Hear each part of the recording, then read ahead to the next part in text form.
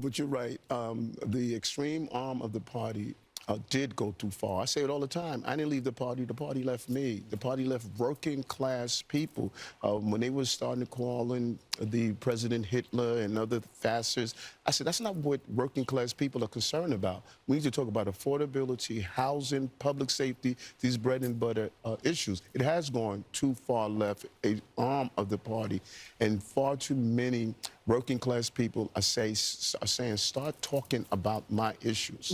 Demanding full accountability and reimbursement for the local costs incurred, including injuries to local officers and damages caused by the chaos unleashed when the Trump administration recklessly deployed the military and ICE agents into our communities. They are the ones who created this unrest, and they are the ones that need to foot the bill. Actions has consequences. So as you saw from the intro, Democrat Party has really gone crazy. These guys are so entitled that somehow they're blaming ICE raids for the reason why, oh, there was chaos in the streets, and not their own incompetence, not their own ability to enforce the law. This is the problem with blue states. This is why a lot of blue states have higher crime rates than red states, other than the fact that they have higher population numbers, is that they're more lenient on the crime. If you're more lenient on something, you can create an incentive structure where you embolden people to carry out crime or carry out chaos in your city. And that's how I got to the point in the first place. Like, if you look at the timeline of the LA riots, they were going crazy because ICE was deciding to do its job, and the sanctuary cities was not allowing ICE to do its job. You can handle this in a very amicable way. And this is all due to Democrats' own incompetence and own governance, not anything to do with the federal government. The federal government should not pay a dime, and it's good. Trump just announced that they won't pay a single dime for any damages caused by the incompetence of sanctuary city governors and their states. And I did videos on the governors and how their inability to defend sanctuary cities and their outlook on open borders and all that stuff. And Trump is a successful 6 months. According to recent reports, over 1 million illegals have self-deported since Trump took office, according to the NYP. This is in addition to the hundreds of thousands removed by ICE. So 1.1 million people already left the country, already got deported, whether they self-deported or Trump deported them. And this is the funny part about the narratives that the media had spun, because they had spun a lot of narratives. One of the narratives was that Trump was ineffective. He wasn't effective. He wasn't effective at all. That's what the claim. Oh, he only deported 100,000 people. Yet here you are going out of your way with federal court injunctions to get in his way and stop him. If it wasn't effective, why you need to do that? He only deported 100,000 people. And this is how liberals and a lot of leftists and Democrats talk out of both sides of their mouth. On one hand, they'll say that Trump is ineffective, but on the other, here he is. Net negative. U.S. could lose more immigrants than it gained for the first time in 50 years, per the Washington Post. But I thought it wasn't effective. I thought what Donald Trump was doing wasn't working. You did a post last night where you said you want ICE to really target Democrats. I want them to focus on the cities, because the cities are where you really have what's called sanctuary cities, and that's where the people are. I look at New York. I look at Chicago. I mean, you got a really bad governor in Chicago and a bad mayor, but the governor's probably the worst in the country, Pritzker. But I look at how that city has been overrun by criminals, and New York and L.A. Look at L.A. L.A. Those people weren't from L.A. They weren't from California. Most of those people, many of those people, and that's the focus. Biden allowed 21 million people to come into our country. Of that, vast numbers of those people were murderers, killers, people from gangs, people from jails. They emptied their jails out into the U.S. Most of those people are in the cities, all blue cities, all Democrat-run cities, and they think they're going to use them to vote. It's not going to happen. This is how the narratives crumble, right? The protest, I told you, No King's protest done more harm to their cause than good, right? You've seen, there's a latest video out there where a protester got run over in Los Angeles by a car during a demonstration in Los Angeles. Last time I checked, only in my state, in Florida, people are allowed to use these protesters as bowling pins with a car. But it seems like it's emboldened other people to be like, nah, we're not tolerating this issue anymore. Protesters, you can't just obstruct everyday Americans' way of life. That's not free speech. Your rights end where another person's begin. I need to get home. I don't care about your protest. That's a privilege to have that protest. Now move out of my way and allow me to exercise my right to leave your area. But you disrupting traffic like entitled, spoiled kids is not winning you any favors with the American people. She stepped in front of a moving car and got run over. Now people want the drivers charged? No, this is how you stop people from doing dumb stuff like that. If people know they might actually get hit, they'll think twice before jumping in front of someone's car just to virtue signal. Exactly. That's exactly what's going on here, right? And Democrats, they play a lot of these games of like allowing illegals. And this is one of the things that Democrats try to do to justify illegals. Wow, 8 people arrested, including 2 DMV employees, in a scheme to issue fraudulent driver's license, including to illegal aliens in exchange for money. Hundreds of fraudulent licenses were reportedly issued. This is how, oh, how are these people working? How are these people able to get through these systems? Because they have people in the inside that's willing to break the law and commit fraud on their behalf. And many people, this is why a lot of people out there think of the Democratic Party as America last, because they truly are. Another narrative that's getting destroyed slowly, actually not slowly, but very quickly. So immigration enforcement leads to a rush of applicants for those jobs from American citizens. And this is the narrative that I've been really pushing back on, that the Democrats love to say, oh, Americans don't want to do these jobs. Americans don't want to do these jobs. But then you look at the statistics, majority of the jobs are done by Americans, but Americans don't want to do these jobs. Make it make sense. Americans don't want to do jobs at a certain wage, sure, but that's gives more negotiating power to the American people. And this is how immigration, mass deportation benefits American citizens. So this is why I laugh when these fake progressives come into my comment section telling me, Kenny, your anti-immigration stance is blatantly and so much hate in your heart. It's not hate, it's practicality. There's the resources here are finite. You can't just give people stuff with limited resources because then someone else loses out. And in a nation, United States of America, it's better that your native born citizens or people who do things the right way and legally abide and assimilate to your system, they get preferential treatment over foreigners that just come into this country illegally, who broke the law of your country to come here illegally because an employer believed that they could undercut wages by giving them a cheaper pay, a cheaper wage. How a city in Nebraska is recovering after the state largest worksite immigration raid. Omaha is trying to forge ahead following the raid's chilling effects on the local workforce and community at large.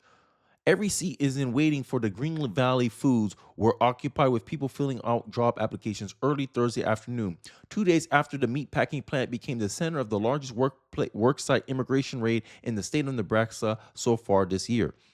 Thank you for pointing this out. NBC really showed their bias with this story.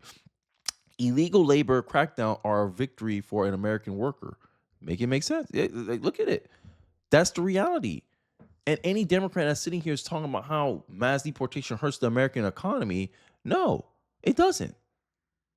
It actually benefits the American economy. You get the higher wages that you were looking for. You don't have to force government mandates and increase minimum wage. No, wage is in a negotiation.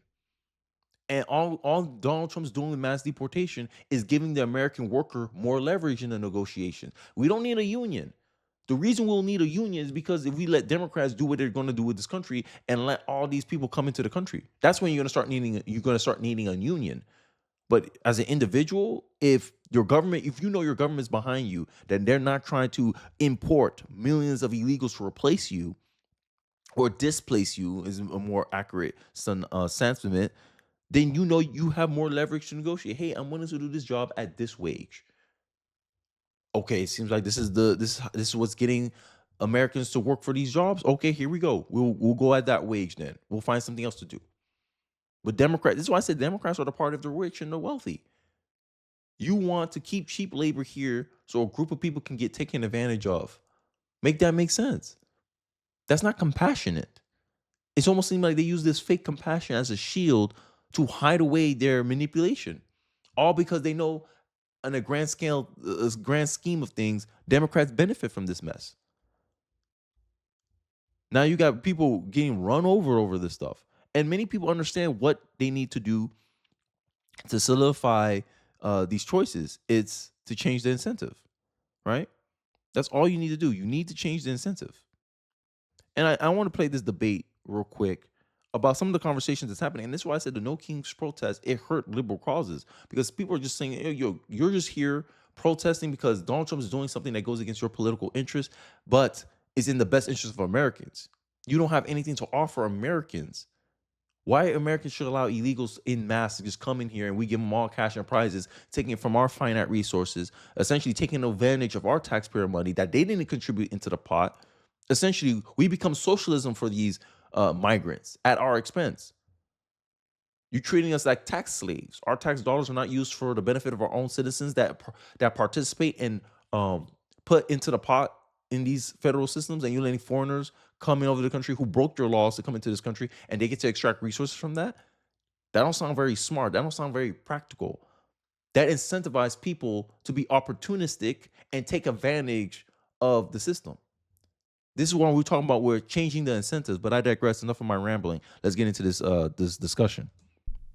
We totally understand why you came here. You're not bad people. We understand that you're just trying to create a better life for yourself. But the way that you came into the country, the fundamental rule upon entry was violated. You came into the country by breaking the rules. It's not fair to other people who are following the rules here in America. It's not fair to other people who have been waiting in line to get into the country. And it's a non-starter. And this is what I'm talking about. What we need to change the incentives, and legal migrants understand this. Like, yo, my parents waited 10 years to get into this country. You shouldn't be able to just cut the line. And I think that sentiment of unfairness, you can't. It's an untenable position. I don't think any Democrat can rationalize their way out of that one. But I digress. the reason why America is so great and the reason we want to come here is because we're a nation of rules. So, sorry, but over the next year, we're going to ask you to leave. The way that we're going to ask you to leave is we're going to help facilitate you leaving. Like logistically, like we can arrange public transit so that we fly people out to their home destination. We can make deals with people in these Central and South American countries so that they accept these people back. We're going to ask you to leave, and we're going to incentivize you to leave with a resettlement payment. It can be somewhere between $5,000 to $10,000 per illegal immigrant. And that gives you time to get your affairs in order. And if you don't do that voluntarily, unfortunately, we're going to have to forcefully deport you at the end of this year.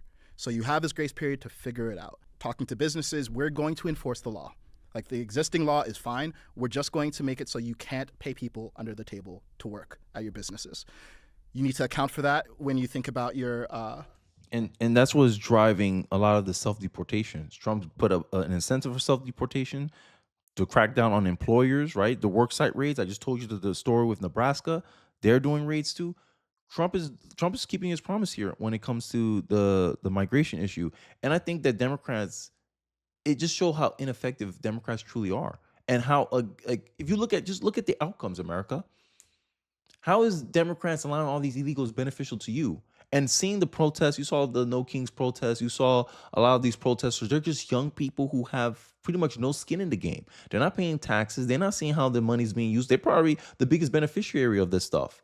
And this is how I see student loan debt too. Is like it's a way of almost being dependent on the Democratic Party because they throw these carrots like student loan forgiveness, but they help create a system that put you in the student loan debt in the first place.